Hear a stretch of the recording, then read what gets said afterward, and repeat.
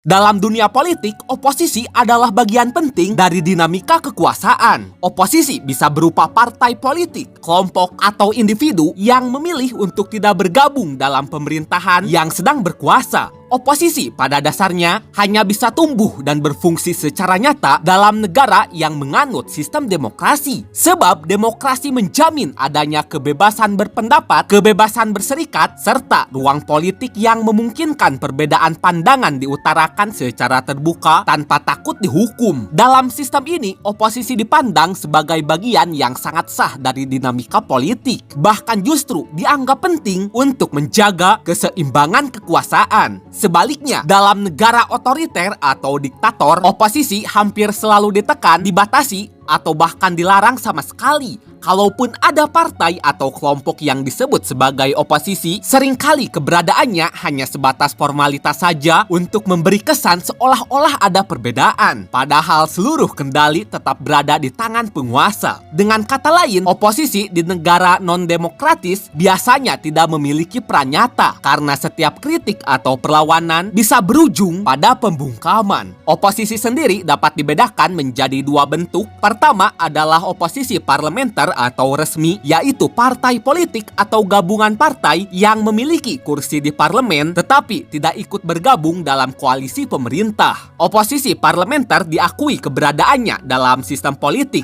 Kedua adalah oposisi ekstra parlementer atau tidak resmi, yakni kelompok masyarakat, organisasi non-pemerintah, serikat buruh, gerakan mahasiswa, atau gerakan sosial lainnya yang berada di luar parlemen namun tetap aktif dalam menentang kebijakan pemerintah yang dianggap merugikan rakyat. Berbeda dengan oposisi parlementer, oposisi ekstra parlementer tidak memiliki status resmi di dalam struktur pemerintahan atau parlemen. Namun keberadaannya tetap sah dan dilindungi oleh prinsip-prinsip demokrasi seperti kebebasan berpendapat, berserikat, dan berkumpul. Meskipun tidak resmi, oposisi ekstra parlementer seringkali mampu memberi pengaruh besar melalui aksi massa, opini publik, atau kampanye politik. Terlepas dari itu semua, oposisi tentu saja memiliki fungsi yang sangat vital, mulai dari untuk mengawasi, mengkritik, menawarkan alternatif kebijakan, menyalurkan suara rakyat, menjaga agar jalannya pemerintahan tidak keluar dari rel kepentingan rakyat, sekaligus memastikan agar kekuasaan tidak hanya terkonsentrasi di tangan pemerintah saja. Maksudnya, keberadaan oposisi membuat kekuasaan dalam negara tidak sepenuhnya dipegang oleh pemerintah tanpa adanya pengimbang. Kalau semua kendali hanya berada di tangan pemerintah saja, sangat besar risikonya muncul penyalahgunaan kekuasaan.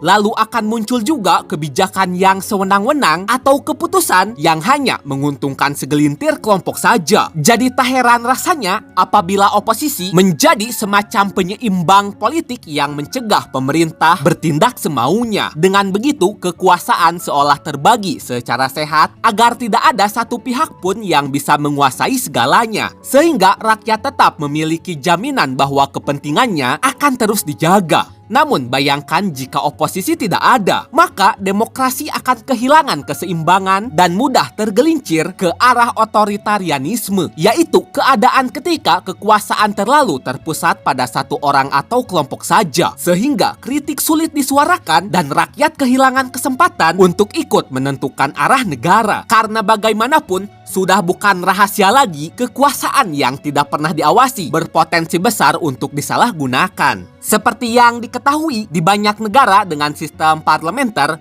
umumnya oposisi itu diakui secara resmi. Misalnya di Britania Raya ada jabatan Leader of the Opposition yang memimpin kabinet bayangan atau shadow cabinet. Dalam sistem ini, oposisi bukan hanya sekedar pengkritik saja, tetapi juga menyiapkan diri sebagai alternatif pemerintahan. Maksudnya, oposisi parlementer ini berusaha menunjukkan kepada rakyat bahwa jika suatu saat pemerintah yang berkuasa tidak lagi dipercaya, maka oposisi parlementer sudah siap menjadi pilihan lain untuk memimpin negara. Para menteri bayangan bertugas merumuskan kebijakan tandingan sekaligus mengawasi kementerian di parlemen. Dengan begitu, oposisi parlementer selalu siap menjadi pemerintah dalam tunggu. Ini adalah sebuah istilah yang berarti oposisi parlementer memposisikan diri seolah-olah sudah menyiapkan kabinet dan program kerja layaknya pemerintah. Jadi, jika oposisi parlementer berhasil memenangkan pemilu, mereka tidak mulai dari nol lagi karena sudah memiliki tim, rencana kebijakan, dan pengalaman mengawasi jalannya pemerintahan. Oposisi parlementer memang tidak serta-merta bisa langsung membatalkan kebijakan pemerintah karena bagaimanapun kekuasaan eksekutif tetap berada di tangan Perdana Menteri dan kabinet yang didukung mayoritas di parlemen. Namun, oposisi parlementer tetap memiliki sejumlah alat resmi dan strategi politik yang membuat mereka lebih berpengaruh dibanding oposisi ekstra parlementer. Alat resmi ini terdiri dari hak untuk mengajukan mosi tidak percaya, mengajukan pertanyaan, atau melakukan interpelasi terhadap kebijakan pemerintah. Jika mayoritas di parlemen menyetujui mosi tidak percaya, pemerintah bahkan bisa dipaksa mundur atau menggelar pemilu baru. Dengan cara-cara inilah, oposisi parlementer tetap memiliki daya tawar yang nyata terhadap pemerintah meskipun mereka tidak berada dalam posisi eksekutif. Selain itu, seperti yang diketahui, kelebihan lain dari oposisi parlementer adalah kabinet bayangan. Ini artinya oposisi menyiapkan menteri bayangan yang secara khusus mengawasi setiap kementerian, mengkritisi kebijakan, dan menawarkan alternatif kebijakan tandingan. Dengan begitu, rakyat tidak hanya melihat satu versi kebijakan saja, tetapi juga bisa membandingkan dengan versi oposisi. Keuntungan lainnya adalah legitimasi politik. Bisa dibilang oposisi parlementer diakui sebagai bagian sah dari sistem pemerintahan. Pemimpin oposisi parlementer biasanya mendapat status setara menteri lengkap dengan gaji, staf, dan fasilitas negara. Hal ini membuat oposisi parlementer punya sumber daya yang cukup untuk melakukan pengawasan efektif. Tidak kalah penting, oposisi parlementer juga dapat mempengaruhi jalannya undang-undang di parlemen, terutama apabila pemerintah hanya unggul tipis di parlemen, yang membuat oposisi parlementer mampu menunda, mengubah, atau bahkan menggagalkan rancangan undang-undang tertentu. Kemudian di monarki konstitusional seperti Britania Raya, pemimpin oposisi parlementer bisa langsung menantang Perdana Menteri di forum terbuka. Interaksi ini bukan hanya adu argumen saja, tetapi juga menjadi sarana bagi publik untuk menyaksikan secara langsung bagaimana kekuasaan dipertanggungjawabkan di hadapan publik. Tidak berhenti di situ saja, oposisi parlementer masih memiliki kelebihan lainnya, seperti yang kita tahu. Jika mayoritas parlemen tetap menolak argumen oposisi terkait kebijakan yang dirancang, meski sebenarnya oposisi itu benar, maka secara formal kebijakan pemerintah biasanya tetap berjalan karena mayoritas di parlemen memang mendukung kebijakan tersebut. Meski begitu, oposisi akan memanfaatkan posisi resminya untuk membangun opini publik, menjadikan isu kebijakan itu perdebatan nasional, dan menggoyahkan legitimasi pemerintah. Tekanan publik yang kuat seringkali memaksa pemerintah merevisi atau menunda kebijakannya. Pemerintah tentu saja tak berani mengabaikan tekanan publik karena ketika sebuah kebijakan pemerintah terbukti keliru di kemudian hari, maka oposisi yang sejak awal menolaknya akan mendapat kredibilitas dan kepercayaan rakyat yang bisa menjadi modal penting untuk memenangkan pemilu berikutnya. Bahkan dalam situasi tertentu, mayoritas di parlemen yang semula solid bisa pecah apabila tekanan oposisi dan opini publik semakin kuat.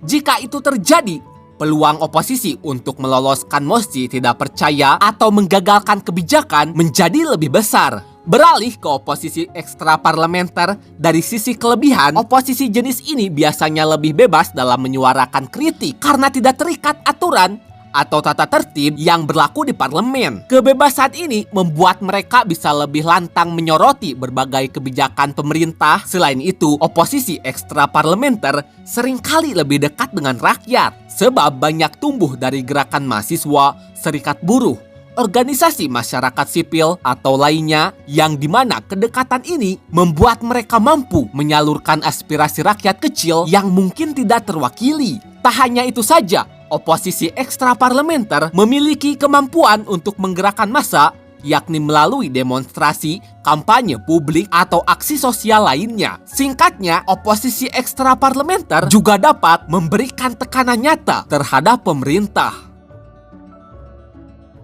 Oposisi parlementer tentu saja memiliki kelemahan. Salah satunya kelemahan yang paling mendasar adalah posisi mereka yang hampir selalu kalah jumlah dalam hal suara di parlemen. Bisa dibilang selama pemerintah masih memegang mayoritas suara, oposisi akan sangat sulit untuk mengubah arah kebijakan. Kemudian instrumen yang dimiliki kerap bersifat simbolis. Misalnya, mosi tidak percaya yang dalam teori terdengar sangat kuat, namun pada praktiknya jarang sekali berhasil apabila mayoritas di parlemen sangat solid mendukung pemerintah. Oleh sebab itu, selain menjadi kelebihan, mosi ini juga termasuk kelemahan karena mosi ini lebih sering menjadi alat politik simbolis yang bertujuan untuk menunjukkan perbedaan sikap, bukan digunakan sebagai senjata untuk menjatuhkan pemerintah. Selain itu, oposisi parlementer juga menghadapi risiko terjebak dalam politik populis. Sederhananya, karena peran utamanya adalah mengkritik, maka oposisi parlementer terkadang lebih sibuk menyerang pemerintah daripada menyusun alternatif solusi yang realistis. Akibatnya, kritik yang mereka lontarkan bisa saja terdengar manis di telinga publik, tetapi tidak memiliki landasan nyata untuk mengubah suatu kebijakan. Tidak hanya itu saja,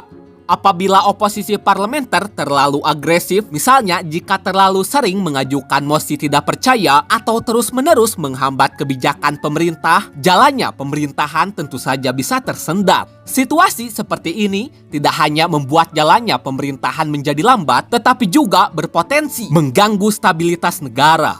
Beralih ke oposisi ekstraparlementer, seperti yang diketahui, oposisi ekstraparlementer berada di luar parlemen, yang dimana ini membuat mereka tidak memiliki kekuatan formal untuk mencegah atau mengubah undang-undang. Kemudian, kritik yang disampaikan meski keras seringkali tidak mudah diwujudkan menjadi kebijakan nyata. Selain itu, aksi mereka terkadang dipandang mengganggu ketertiban umum, bahkan bisa mendapat tekanan dari aparat, meski sejatinya aksi mereka ini sangatlah sah dalam sistem demokrasi.